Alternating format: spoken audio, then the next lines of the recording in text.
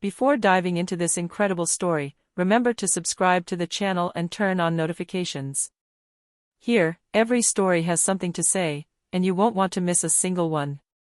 In the upscale neighborhood of Manhattan, the restaurant The Golden Dream radiated a discreet elegance, attracting a select clientele. Emily White, the young manager with the perfect smile but a rigid personality, took her role very seriously. She was known for her strict discipline and relentless demands, but also for her quick judgment of customers. That morning, a black couple, elegant and visibly well off, walked through the door with their 2 children. Emily watched them critically, her prejudices stirring involuntarily. A few minutes after their arrival, a minor misunderstanding erupted, a comment about a dish, a child knocking over a glass. Overwhelmed by anger and stubbornness, Emily called security. "Excuse me, you have to leave. Now." The words fell with the coldness of a guillotine. The couple tried to explain, to apologize, but it was no use. Within minutes, the family was expelled, under the shocked gaze of the other customers. The heavy silence of the restaurant made the act all the more cruel. As the couple left, an unexpected truth came to light. The man who had just been humiliated was Michael Johnson, one of New York's most influential entrepreneurs, and the actual owner of the Golden Dream. Emily remained frozen, her eyes widening, while Michael turned away, his gaze filled with reproach and disappointment. What had begun as an act of domination and prejudice was about to turn into a brutal lesson in humility. Emily had just made the mistake that could destroy her career, her reputation, and the respectability she thought she possessed.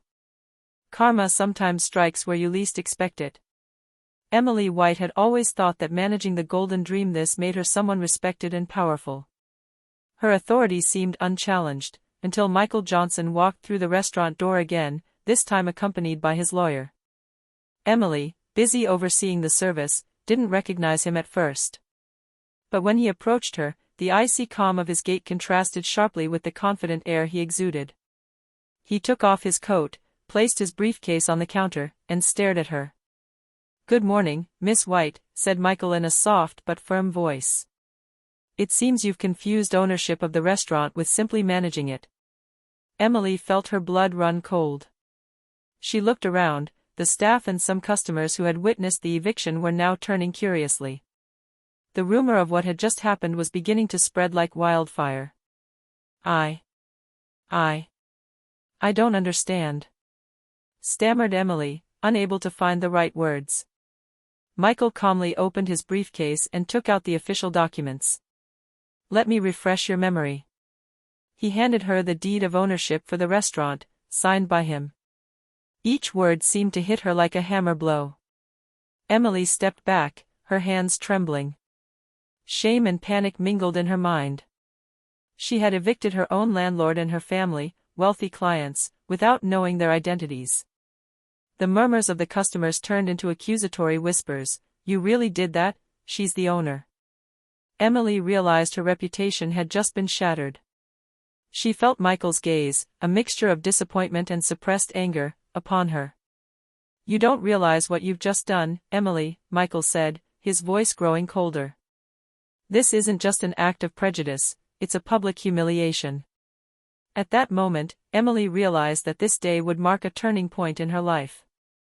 What had begun as an ordinary day at her restaurant was about to become a nightmare she would never forget. The following morning, news of the eviction had already spread throughout Manhattan. Social media was flooded with indignant messages, photos, videos, comments. The Golden Dream had gone viral, but for the wrong reasons. Emily arrived at the restaurant early, hoping things would calm down with time. She didn't yet know that Michael Johnson had taken the initiative. Upon arrival, she was greeted by a throng of journalists and photographers camped outside the entrance. Makeshift signs displayed slogans like, "Justice for the Johnsons," and "Stop Racism." Her heart pounding, Emily tried to slip through unnoticed, but she was quickly surrounded. Michael calmly got out of his car with his children, his face impassive but determined. The cameras captured his every move. "Emily White," he said in a voice that carried across the entire square, "you evicted my family yesterday. And you didn't even know who you were dealing with." Emily felt her cheeks burn with shame.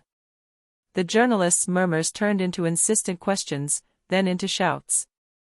Why did you deport a black family? Were you aware of this family's financial situation?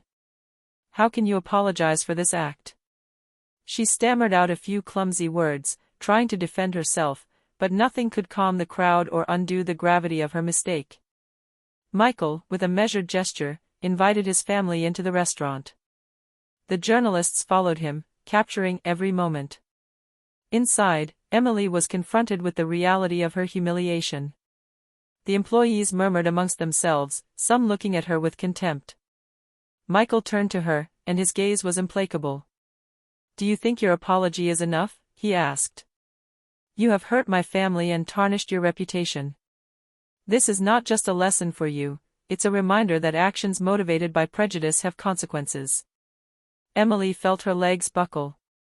For the first time, she understood that the arrogance and racism she had ignored in herself could destroy everything she thought she controlled. The heavy silence that followed her words gave way to a truth she could never forget: she had to repair what she had broken, if it was even possible. Michael's cold, determined gaze remained etched in her memory.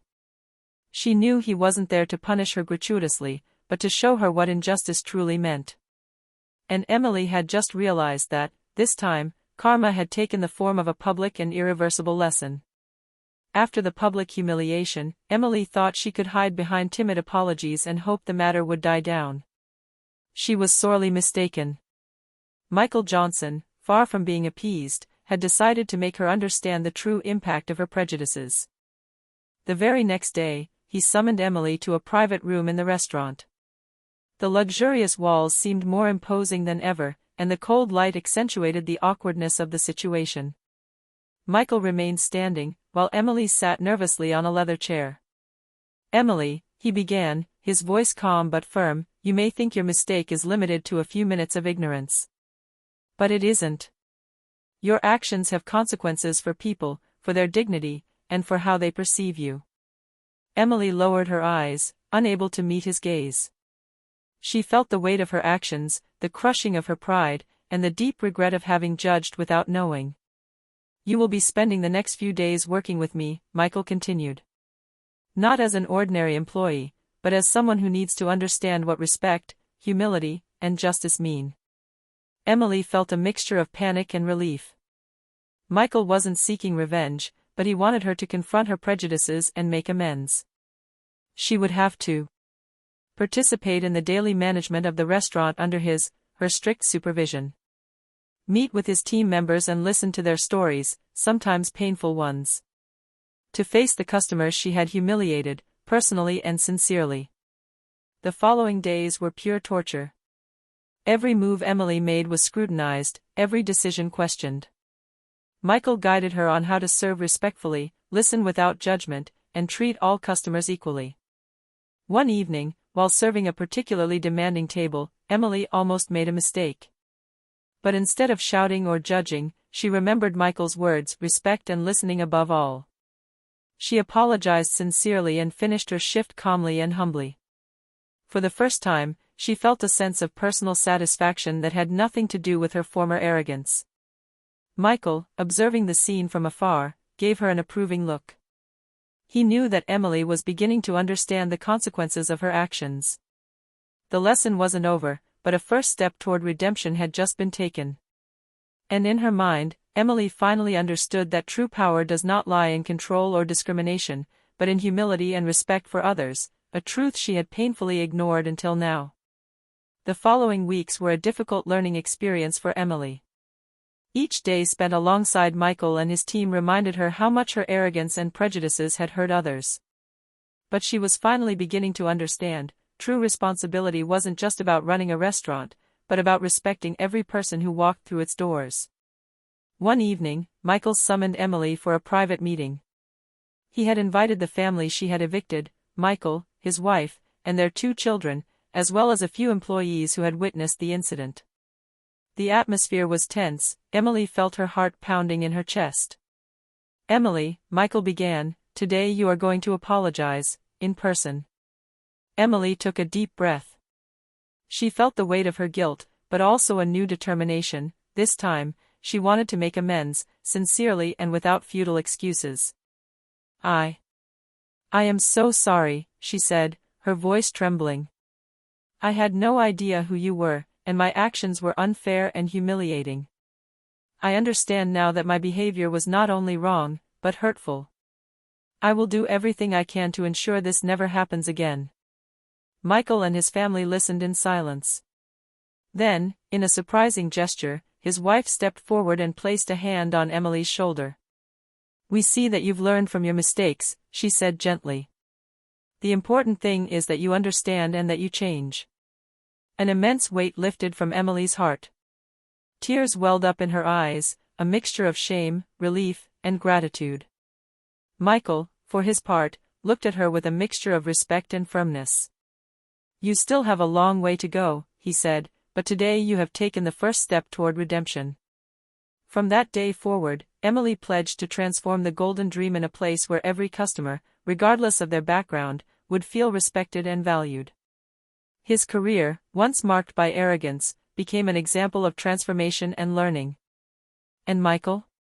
He continued to oversee his restaurant, but with an inner satisfaction. Justice had been served, not through revenge, but through teaching and responsibility.